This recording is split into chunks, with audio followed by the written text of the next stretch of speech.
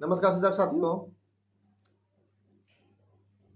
मैं अभी बिहार में हूँ और आप लोग लगातार मुझे फ़ोन कर रहे हैं, हमारी टीम को फ़ोन कर रहे हैं और पूछ रहे हैं कि क्या सर माननीय केंद्रीय शिक्षा मंत्री से मुलाकात हुआ कि नहीं हुआ।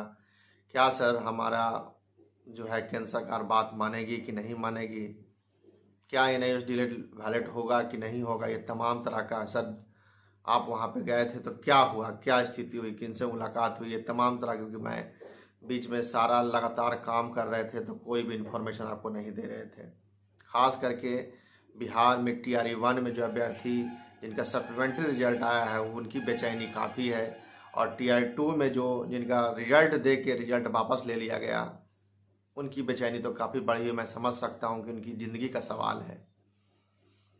वो जितने भी हमारे साथी हैं उनकी आंख से आंसू नहीं रुक रहा है। लोग इतना परेशान हैं, डिप्रेशन में हैं, इतना परेशान है कि जिनका परेशानी हमसे सुना ही नहीं जा रहा है। लोग फ़ोन करके तुरंत रोने लग रहे हैं।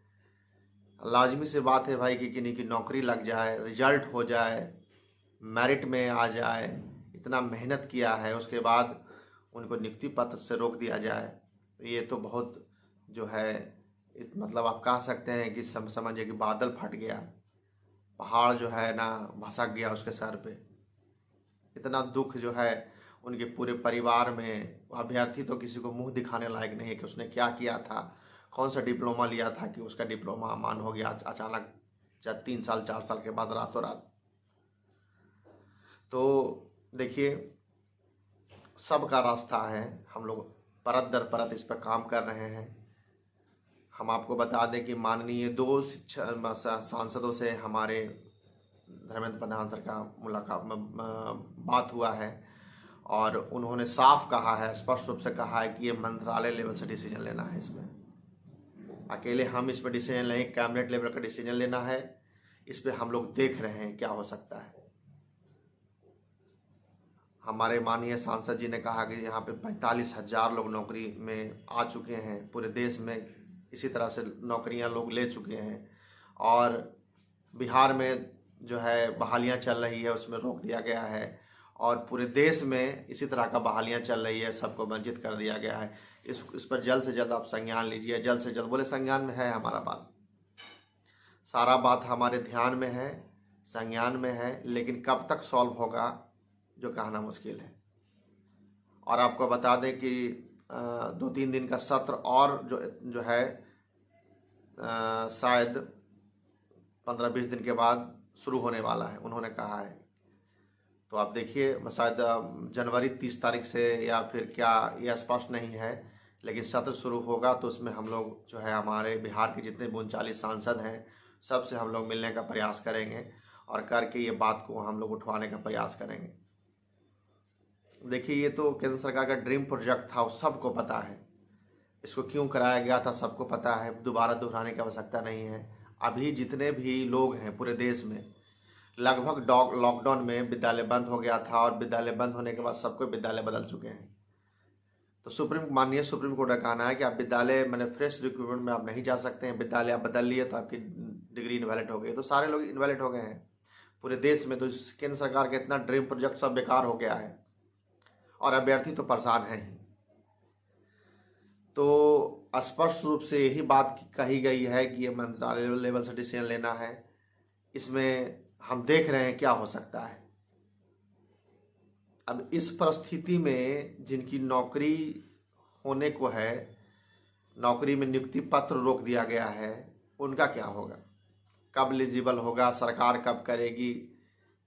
तुरंत 6 महीना 8 महीना के बाद चुनाव है, क्या होगा नहीं होगा ये कहना बड़ा मुश्किल है। हम लोग प्रयास करेंगे कि भाई जितने भी सांसद से मिलके हम लोग जिस पर काम कर सकें, लेकिन ये काम करने के बाद, मिलने के बाद भी, आश्वासन मिलने के बाद भी इसकी गारंटी नहीं है कि जो है हमें जल्द से जल्द न्याय मिले।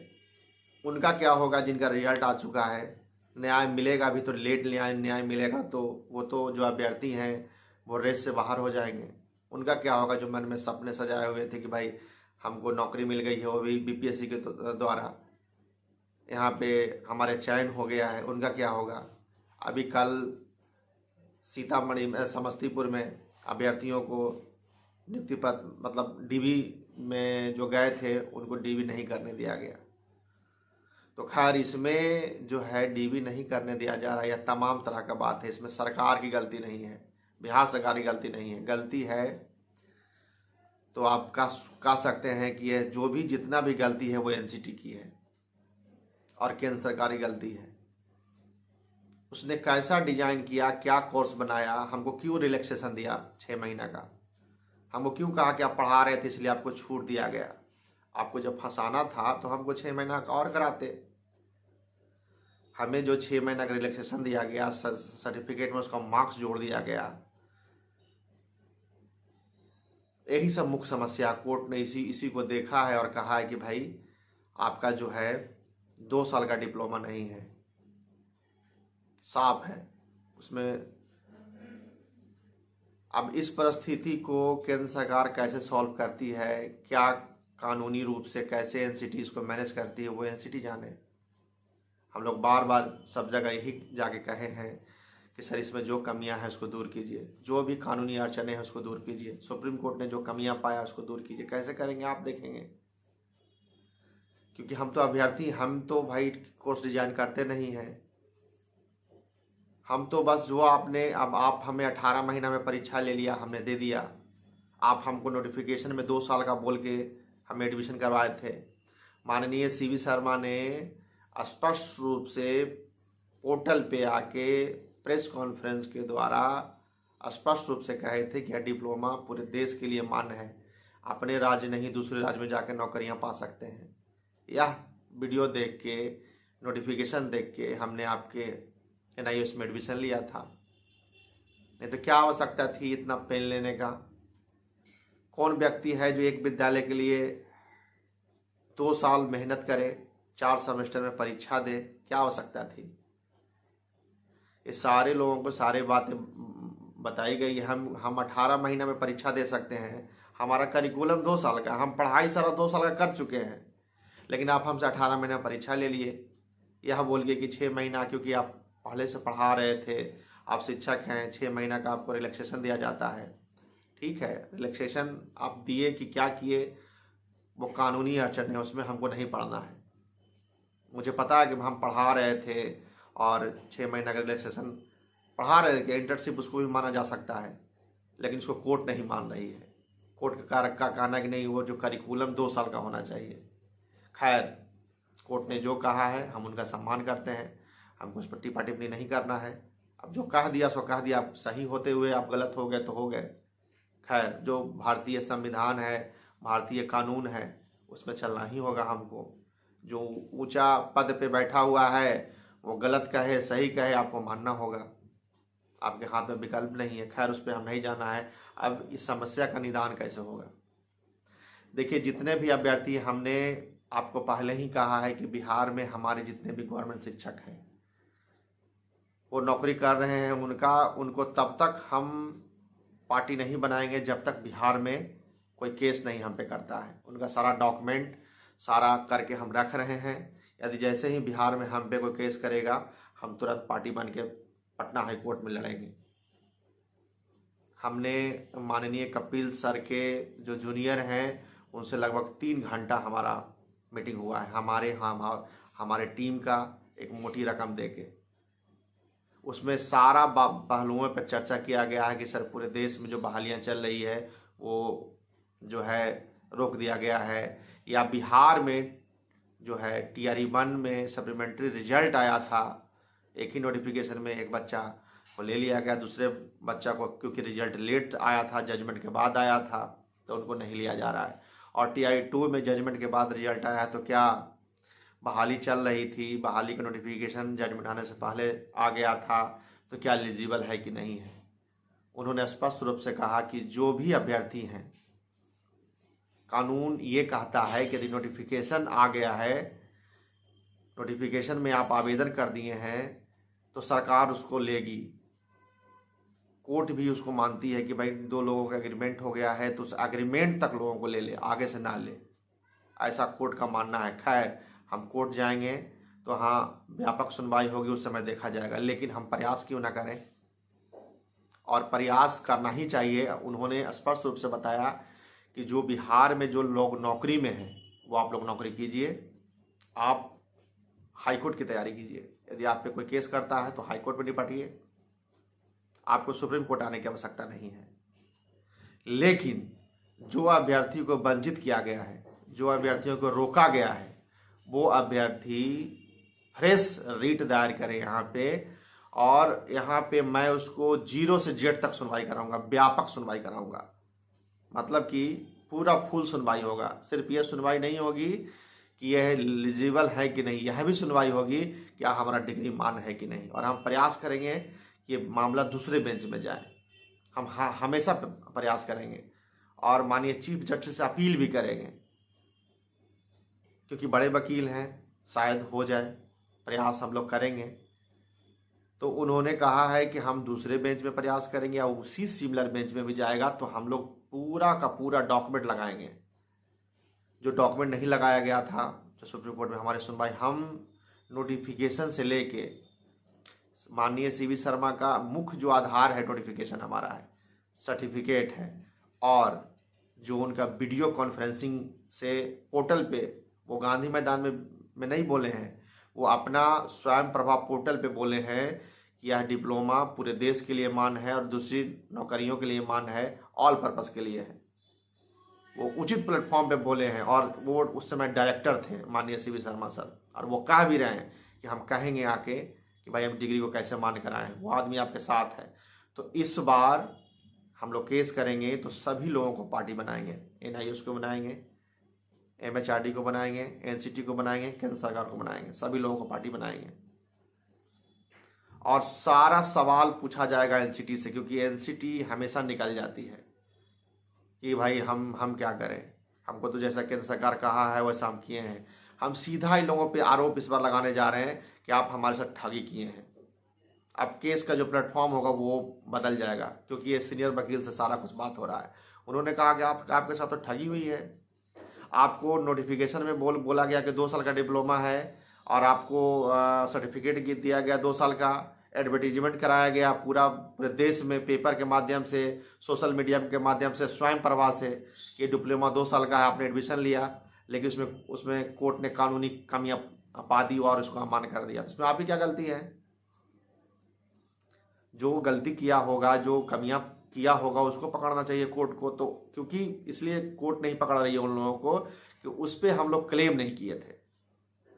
कोर्ट उतना ही सुनवाई कराती है जितना पे आपने कहा कि हमारा डिग्री मान है कि नहीं, उस पर सुनवाई हुई है। यदि मान नहीं है तो कौन इस तरह का हरकत किया, उसके लिए भी ड्राफ्टिंग हम लोग करेंगे। तो ये तमाम तरह का बात और बहुत सारा डिस्कशन हमारा हुआ है। तो जो अभ्यर्थी, बिहार ही नहीं पूरे देश के जितने अभ्यर्थी हैं, जहाँ जहाँ बहालियाँ चल रही है और उनको लगता है कि आने वाला समय में हमको रोक दिया जाएगा, वो सारे लोग अब पार्टी बन सकते हैं। सप्लीमेंट्री TRE 1 और जो TRE 2 का जितने भी अभ्यर्थी हैं जिनको वंचित किया गया है, उनका सीट को सेव रखा गया है। एक अच्छी बात है कि BPSC ने आपका एक नोटिफिकेशन निकाल दिया है कि उसमें कहा गया है कि आप न्यायालय से जीत के आएंगे या उसी समकक्ष कहीं से आपका डिसीजन लेके आएंगे, सारे लोगों को कंसिडर किया जाएगा। मतलब सारे लोगों को नौकरी आपको दी जाएगी, बिहार सरकार आपको नौकरी देगी। जिनको लेना है वो तो उनकी तो नौकरी हो ही गई है। जो अभ्यर्थी या नए अभ्यर्थी जो जीत जाएंगे उनकी भी नौकरी गवर्नमेंट देगी। एक अच्छा बात है, उन्होंने स्पष्ट रूप से नोटिफिकेशन में लिखा है। इसलिए लिखा है, उनको ये पता है कि अभ्यर्थी जेन्युइन है और इन्होंने डिग्री किया है, सबको पता है, सरकार को भी पता है कि अभ्यर्थी जो है सारे के सारे जेन्युइन हैं। लेकिन जो है सरकार तड़पा के लोगों को डिसीजन जो है मिलेगा न्याय हमको, लेकिन बहुत तड़पने के बाद, बहुत कुछ हमारा मामला खराब होने के बाद मिलेगा न्याय हमको, मुझे पता है, और इसीलिए हम संघर्ष भी कर रहे हैं। तो हमारे जितने भी साथी हैं, पहले तो हमको ये गणना करना होगा कि कितने अभ्यर्थी हैं, सप्लीमेंट्री रिजल्ट किनका किनका आया है, कितने लोग हैं, और TRE 2 में कितने NIOS अभ्यर्थियों का रिजल्ट आया है 628 और 125 में। ये सीटों की गणना हम लोग करेंगे। आपको 2 नंबर डिस्प्ले पे दिया गया है, वो दोनों नंबर पे आप फ़ोन कीजिए और अपना डॉक्यूमेंट सब हमको भेजना शुरू कर दीजिए। वो पटिशन बनाने का प्रक्रिया हम शुरू करते हैं। लेकिन हाँ, इस बात का हम ध्यान रखेंगे कि जब तक एक बड़े वकील का फीस हमारे पास नहीं होता है, हम आगे नहीं बढ़ेंगे। इसलिए कि हम केस जीतने के लिए लड़ेंगे, हारने के लिए नहीं। यदि व्यापक सुनवाई ही नहीं करा पाए हम, तो हमको आवश्यकता नहीं है। जब जब हमारे पास फंड होगा तब हम जाएंगे। लेकिन आप लोग जितने भी अभ्यर्थी हैं उनको तय करना है, क्योंकि हम मदद करेंगे। सारे के सारे अभ्यर्थी का फंड इकट्ठा करके हम सुप्रीम कोर्ट में केस लड़ेंगे। कि तब देखिए, आपको हम बता देते हैं, उन अभ्यर्थियों को टीआरई 1 में जिनका सप्लीमेंट्री में रोका गया है और टीआरई 2 में जिनका रिजल्ट रोका गया, वो तो ऐसे भी अमान हो गए, उनका तो कुछ नहीं हो सकता, कुछ भी कर ले। लेकिन यदि उन अभ्यर्थियों को सुप्रीम कोर्ट में हम लेके जाएं और व्यापक सुनवाई हो जाए, उनको कंसिडर कर लिया जाए, तो पूरा देश में डिग्री मान हो जाएगा। तो इसमें सभी लोगों को सहयोग करना चाहिए। ऐसा नहीं है कि वो अभ्यर्थी ही सही हो, वो अभ्यर्थी सिर्फ पार्टी बनेंगे।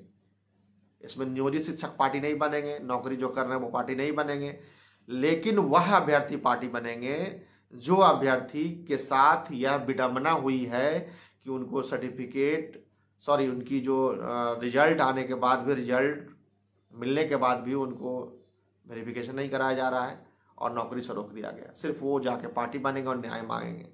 मुझे पता है कि न्याय मिलेगा। तो सबसे बड़ा बात है कि अच्छा, इस एक बहुत बड़ा हमने देखा कि जिनको पीड़ा होता है वो दूसरा को हेल्प नहीं करता है। मैं तो इतना दिनों में ही देखा हूं कि जिसको दर्द होता है वही भाई दवा खाता है। तो जितना भी अभ्यर्थी है जिनको रिजल्ट से रोका गया है, वही अभ्यर्थी मैं समझता हूं कि बढ़ चढ़ के जो अपना पार्टी बनेंगे और कोर्ट फीस जमा करेंगे।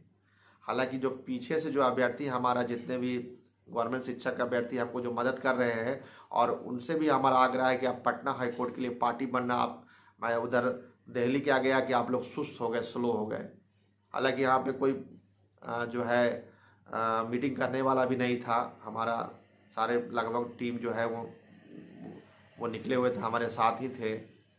तो खैर, हो सकता है कि अगला संडे को हम गांधी मैदान में इस संबंध में मीटिंग रखें, क्योंकि अभी समय ने 2 तारीख तक माननीय न्यायालय बंद है। तो हम लोग जैसे ही कोर्ट खुलेगा, क्योंकि लेट करना ये उचित नहीं है। यदि लेट करेंगे तो उन अभ्यर्थियों को दिक्कत है जिनको रिजल्ट आ गया है और उनका मामला ठंडे अवस्था में चला जाएगा। तो जितने भी अभ्यर्थी का रिजल्ट जिनका रोका गया है, उन सभी अभ्यर्थियों को 2 डिस्प्ले पे नंबर दिया गया है।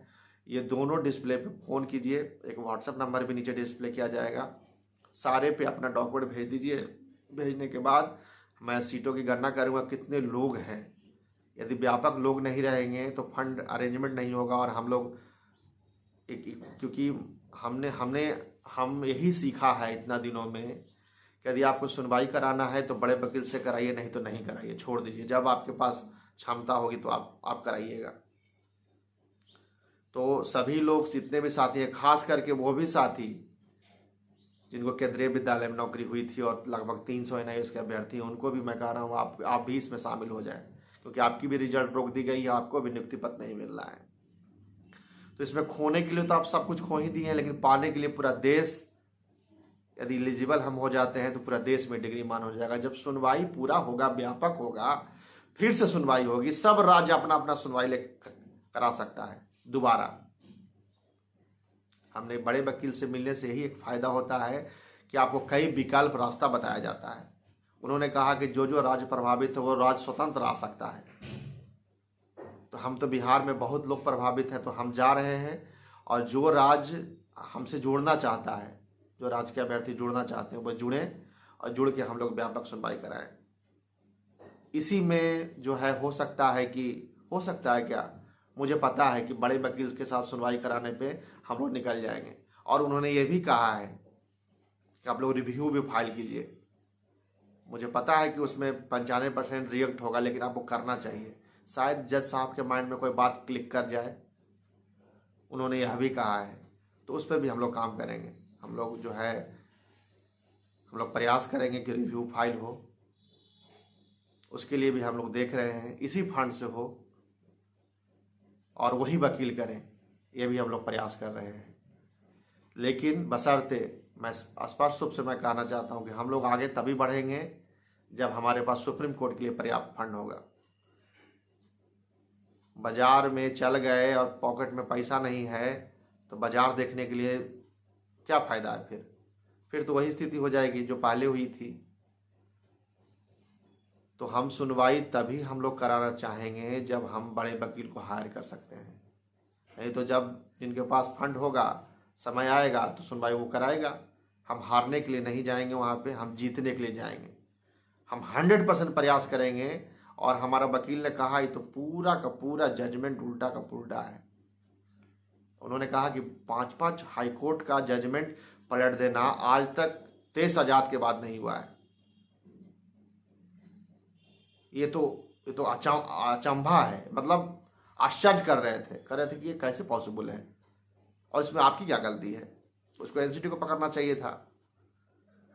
आपको तो कराया गया ये डिप्लोमा, आपने किया।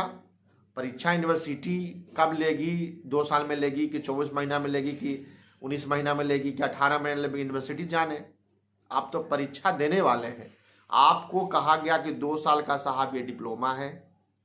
नोटिफिकेशन में दिखाया गया, ऑल पर्पस के लिए दिखाया गया, पूरा बाजाबता प्रेस कॉन्फ्रेंस किया गया, पेपर में निकाला गया, पेपर की कटिंग हम सब कुछ ले गया था वहाँ पे, सब कुछ दिखा के आपको एडमिशन कराया गया। एडमिशन करा के आपको 18 महीने में परीक्षा ले लिया गया। परीक्षा नहीं देते, कहते कि नहीं 24 महीने में परीक्षा देंगे, तो आपका क्या 24 महीने में परीक्षा लेती? नहीं लेती।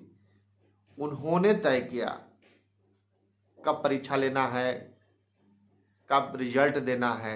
आपका क्या है, आप तो अभ्यर्थी हैं, हम अभ्यर्थी हैं, फिर भी सजा आपको मिल रहा है। खेत खाए गधा, मार खाए जोलहा, वही वाला स्थिति है। तो खैर, इसमें जो है हम लोग लड़ रहे हैं और मुझे पूरा भरोसा है कि हम वहीं पे प्रयास करते हैं जहां सफलता मिलता है। बिना मतलब का एनर्जी वेस्ट नहीं करते हैं, आपको पता है। और वस्तु स्थिति को, मैं यदि एलिजिबल नहीं होता तो मैं आगे कहा देता कि साहब अब नहीं हो पाएगा, लेकिन उसमें कुछ होप है। होप क्या, 90% होप है, 10% छोड़ दे तो 90% होप है कि आप जीतेंगे। जब इतने बड़े बड़े वकील आप सुप्रीम कोर्ट का जो बड़े वकील है ना, वो साफ साफ कहा देते हैं। उनको लगेगा कि नहीं केस में जान नहीं है तो कह देंगे कि नहीं लेंगे केस। वो उनके लिए पैसा बहुत मायने नहीं रखता है, क्योंकि उनके पास हजारों केस है। इसीलिए छोटे वकील नहीं है कि वो पैसा के लिए कुछ भी बोल देगा, कुछ भी कह देगा। वो जब केस जीतते हैं ना तो उनका फेस वैल्यू होता है। वो प्रतिष्ठा के लिए मरते हैं, आन बान के लिए मरते हैं कि भैया हमारा केस जो क्लाइंट किसी भी परिस्थिति में हारे नहीं। तो खैर, जो है बहुत लंबा संवाद आपको दे दिए। एक तो आपने सुन लिया कि मिनिस्ट्री लेवल से डिसीजन लेना है, कैबिनेट लेवल डिसीजन लेना है, कब होगा नहीं होगा ईश्वर जाने। हम लोग को प्रयास, कल हमारे कोषाध्यक्ष आदित्य जी और उनके टीम संजय जायसवाल से जाके मिले हैं, सांसद से। उन्होंने भी आश्वासन दिया है कि मैं उनको फ़ोन करूंगा, माननीय धर्मेंद्र प्रधान सर को फ़ोन करूंगा। और आपसे निवेदन है कि जितने भी बिहार में, जितने हम भी साथ में चलेंगे। ऐसा नहीं है कि आप जब भी हमको बुलाएंगे जिस सांसद से मिलने के लिए, हम तुरंत आपके पास मौजूद रहेंगे। तो जितने भी हमारे साथी हैं, आज से ही आप लग जाइए, क्योंकि चुनावी कैंपेन शुरू होने वाला है। सारे सांसद घूमेंगे, आपको उनका एड्रेस पता करना है, उनके घर पे जाना है। 10 लोग जाइए, 20 लोग जाइए, 50 लोग जाइए, कोई दिक्कत नहीं। सांसद उनके विधानसभा क्षेत्र के जाएंगे, आपको चाय कॉफ़ी पिलाएंगे और आपसे बात करेंगे। उनको डर है भैया कि नहीं करेंगे तो प्रॉब्लम हो जाएगा, और हो ही जाएगा। प्रॉब्लम तो होना ही है भैया। हम लोग तो यदि इस तरह से हुआ तो एक कैंपेन चलाएंगे, वोट थोड़ी देने जा रहे हैं बीजेपी को। खैर, वो तो राजनीतिक बात हो गई, समय के साथ देखा जाएगा। लेकिन अभी जो यही है कि आप लोग सारा डॉक्यूमेंट भेजिए, मैं काउंट करता हूँ कितने लोग हैं, उसके बाद हम लोग सुप्रीम कोर्ट चलेंगे। और मैं भरोसा दिलाता हूँ कि हम लोग विजय होंगे। आप लोग निराश मत होइए। जो आप पल पल पे बैठे बैठे आंख से आंसू आपको निकलने लगता है, वो लाजमी है भाई, लाजमी है। उसमें वो अननेचुरल नहीं है, वो नेचुरल है। क्या कहिएगा, परिस्थिति बहुत खराब है। जो भी होगा अच्छा होगा।